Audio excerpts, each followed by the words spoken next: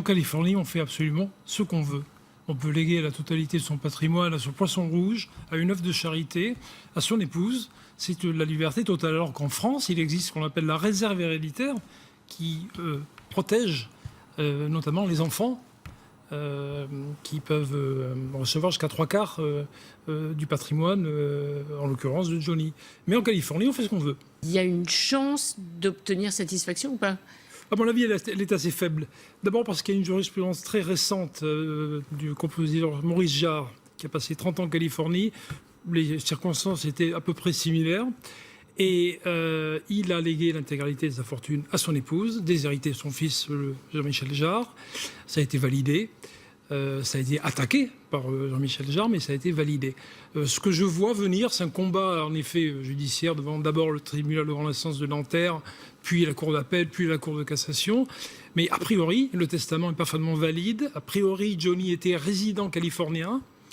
Les règles de droit ont été respectées.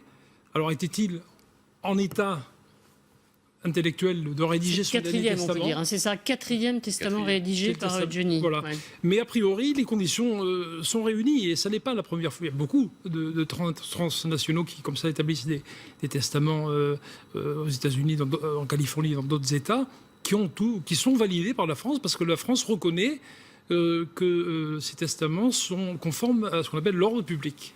Moi, ce que je crois, c'est que ce testament révèle l'état des relations entre Johnny et le reste de sa famille peu avant son décès.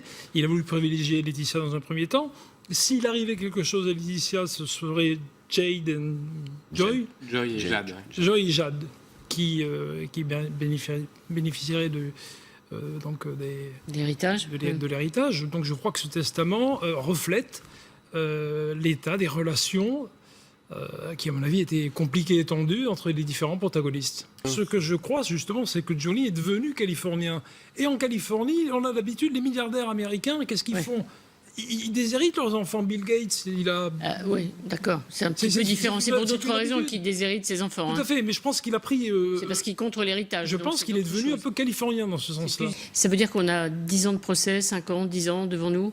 Peut-être 10 ans, peut-être... mais ça peut être plus court. Tout va dépendre de la justice française, en l'occurrence. Mais ça ira probablement jusqu'à la Cour de cassation. On veut aussi savoir qui est l'exécuteur testamentaire, parce que quand vous faites un testament, vous nommez un exécuteur testamentaire, qui peut être un avocat, qui peut être un ami.